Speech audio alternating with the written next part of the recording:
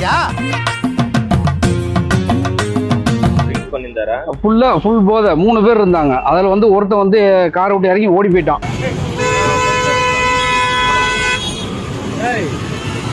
Traffic ஃபுல்லாகிட்டு இருந்ததுனால வந்து எழுப்புறதுக்கு வந்தாரு.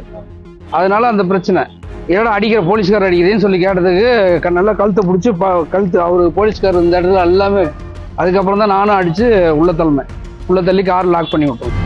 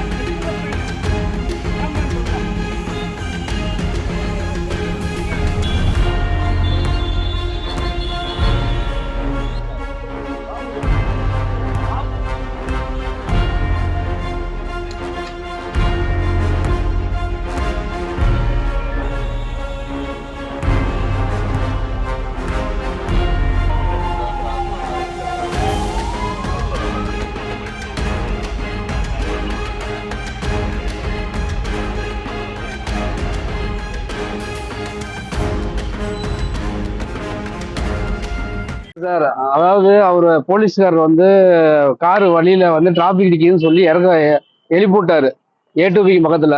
அதனால வந்து அவங்க கார் திறந்துட்டு வெளியே கொஞ்சம் நவுத்தி நிறுத்துப்பான்னு சொல்லி சொன்னதுக்கு டக்குன்னு கழுத்தை பிடிச்சி அடிச்சு உள்ள இழுத்தான்.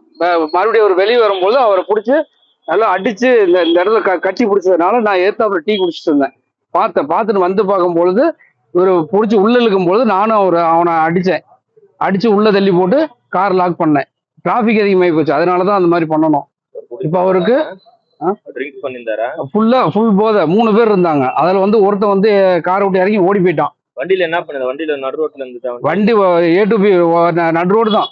டிராபிக் ஃபுல்லாகிட்டு இருந்ததுனால வந்து எழுப்புறதுக்கு வந்தாரு. அதனால அந்த பிரச்சனை. நான் ஏத்தாப்புல டீ குடிக்க வந்தவன் பார்த்துட்டு வந்து அவரை பிடிச்சி ஏடா அடிக்கிற போலீஸ்கார் அடிக்கிறேன்னு சொல்லி கேட்டதுக்கு நல்லா கழுத்தை பிடிச்சி கழுத்து அவரு போலீஸ்கார் இந்த இடத்துல எல்லாமே அப்படி நகைக்கீரல் மாதிரி ஆகி போச்சு. அதுக்கப்புறம் தான் நானும் அடிச்சு உள்ள தள்ளி கார் லாக் பண்ணி விட்டோம். அதனால டிராபிக் அதிகமானதுனால தான் இந்த பிரச்சனை. ஆனா ஃபுல் போதை 3 பேர்த்துல ஒருத்தன் வந்து ஓடி போயிட்டான். மீதி 2 பேர் தான் இருக்காங்க. அதில் 2 பேர்த்துல ஒருத்தன் எந்திரிக்க கூட இல்லை. ஃபுல்லா போதையில் கிடக்குறான்.